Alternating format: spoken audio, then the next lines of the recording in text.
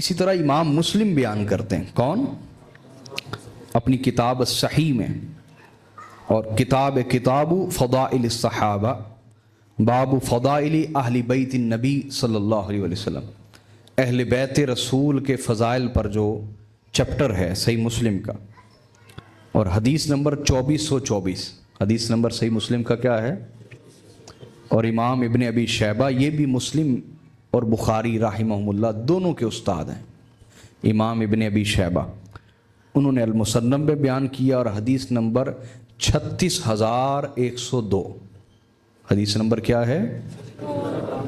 امام احمد بن حنبل نے فضائل صحابہ میں بیان کیا، حدیث نمبر 1149، امام اسحاق بن راہوے نے المسند میں حدیث نمبر 1271، امام حاکم نے مستدرک میں بیان کیا اور حدیث نمبر 4707، امام بیہقی نے بیان کیا سنن الکبریٰ میں، طبری نے بیان کیا، اور کئی محدثین مفسرین سیرت نگاروں نے بیان کیا اس کو۔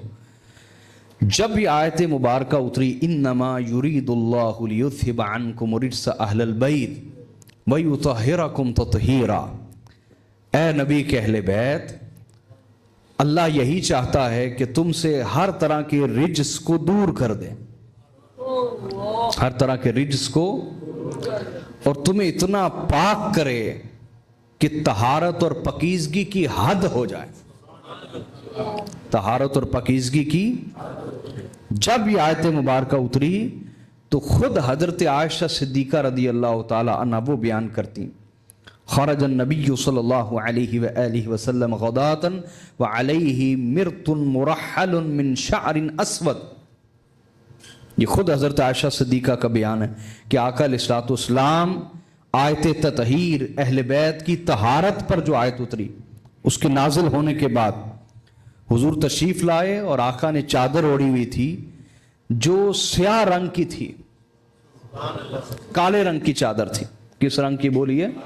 کالے اون کی، کالے دھاگے کی بنی ہوئی، اور اس پر کجاووں کے نشان تھے۔ اونٹ کا کجاوا ہوتا ہے نا جس پر بیٹھتے ہیں، ان کی پینٹنگز تھیں، ان کے نشانات تھے، جس کو آج کل چیک والی شرٹس یا چیک والا کپڑا کہتے ہیں۔ تو کجاووں کے نشان تھے اور کالے رنگ کی چادر تھی۔ کس رنگ کی بولیے؟ آقا علیہ الصلوۃ والسلام اس چادر کو اوڑھ کر باہر تشریف لائے، فجاء الحسن بن علی فادخلہ، تو آقا علیہ الصلوۃ والسلام نے امام حسن علیہ السلام کو بلایا، وہ جب آئے تو حضور نے انہیں چادر میں داخل فرما دیا۔ ثم جاء الحسین فدخل معه، پھر امام حسین آئے تو ان کو بھی اپنی اسی کالے رنگ کی چادر میں داخل فرما لیا۔ ثم جاءت فاطمہ فادخلها، پھر حضرت سیدہ فاطمہ الزہرا آئیں سلام اللہ علیہا، ان کو بھی حضور نے اسی کالی چادر میں داخل فرما لیا۔ ثم جاء علی فادخلہ، پھر حضرت مولا علی المرتضیٰ آئے تو ان کو بھی حضور نے اسی کالے رنگ کی چادر میں داخل فرما لیا۔ داخل فرما کر حضور نے کہا اللہم ہؤلاء اہلی، اے اللہ یہ میرے اہل بیت ہیں، یہ میرے، وہ چادر حضور کی چادر اس میں خود بھی شامل ہے، آقا خود بھی، اور باقی 4 افراد حضرت مولا علی المرتضیٰ، سیدہ زہرا، حسنین کریمین علیہم السلام اجمعین جمع، یہ 5 تن اس چادر کے نیچے، اور فرمایا اللہم ہؤلاء اہلی، اے اللہ یہ میرے اہل بیت ہیں۔ اپنی چادر میں لیا اور چادر میں لے کے فرمایا یا اللہ یہ میرے اہل بیت ہیں۔ یہ کہنے کے بعد تلاوت کی انما یرید اللہ لیذھب عنکم الرجس اہل البیت ویطہرکم تطہیرا، اہل بیت اللہ یہی چاہتا ہے تم سے ہر طرح کے رجس کو اللہ دور کر دے اور تمہیں اتنا پاک کرے کہ طہارت کی بھی حد ہو جائے، انتہا کر دے تم پر طہارتوں کی، اتنا تمہیں پاک کرے۔ اور ضمناً یہ بات چل پڑی، اس پہ میں خطاب کروں گا انشاءاللہ، میرے بہت سارے خطابات ہیں آیت تطہیر کی تفسیر پہ، آپ یوٹیوب پہ سنا کریں، جو اہل محبت ہیں سنا بھی کریں اور سنایا بھی کریں۔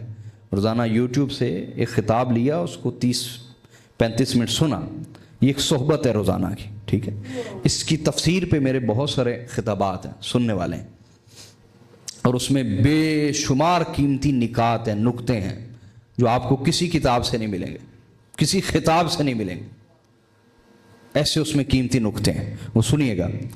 تو یہاں سمجھا دوں کہ اللہ نے فرمایا بے شک اے اہل بیت، اللہ یہی چاہتا ہے کہ تم سے ہر طرح کے رجس کو دور کر دیں۔ یہ رجس کیا ہے؟ بعض لوگ اس سے گندگی مراد لیتے ہیں، نہیں، اس سے مراد کوئی ظاہری غلاظت گندگی نہیں ہے، وہ تو ایک عام مسلمان بھی پرہیز کرتا ہے، اپنے کپڑے گندے نہیں کرتا، اپنا بدن ناپاک ہونے دیتا نہیں ہے۔ تو اہل بیت کے متعلق یہ کہنا کہ ظاہری طور پر کوئی غلاظت گندگی دور ہو گئی، تو یہ تو عام مومن بھی کرتا ہے۔ ان کی شان کا پہلو اس میں کیا ہوا؟ یہ بات سمجھنے والی توجہ ہے، سمجھنے والی بات ہے۔ رجس کا ایک معنی صرف بیان کرنے لگا۔ رجس کہتے ہیں شیطان کو، نہیں سمجھ آئی؟ رجس کس کو کہتے ہیں بولیے؟ شیطان کو۔ کس کو کہتے ہیں؟ تو اللہ نے فرمایا اے اہل بیت، اللہ یہ چاہتا ہے کہ شیطان کوئی گدی سے پکڑ کر تم سے دور کر دے، شیطان کوئی دور کر دے۔ شیطان کوئی بولیے، مجھے اور آپ کو حکم ہے شیطان سے دور رہیں، لیکن اہل بیت مصطفیٰ کی شان یہ ہے کہ خدا کہہ رہا ہے کہ میں نے شیطان کو ہی پکڑ کے آپ سے دور کر دیا ہے۔ یہ کوئی چھوٹی بات ہے نہیں، سنیے اس کو، آپ کو سمجھ آئے گی۔ نبی علیہ الصلوۃ والسلام رات کے وقت قبرستان سے نکلے تو حضور کی ایک زوجہ ساتھ ہیں، زوجہ مطہرہ رسول اللہ کی ساتھ ہیں۔ تو دو انصاری صحابی گزرے، انہوں نے آقا علیہ الصلوۃ والسلام کو سلام کیا، حضور نے جواب دیا، آگے چل پڑے۔ تھوڑا سا آگے گئے تو حضور نے فرمایا ٹھہرو، ادھر آؤ۔ جی یا رسول اللہ۔ آپ نے فرمایا یہ عورت میری بیوی ہے،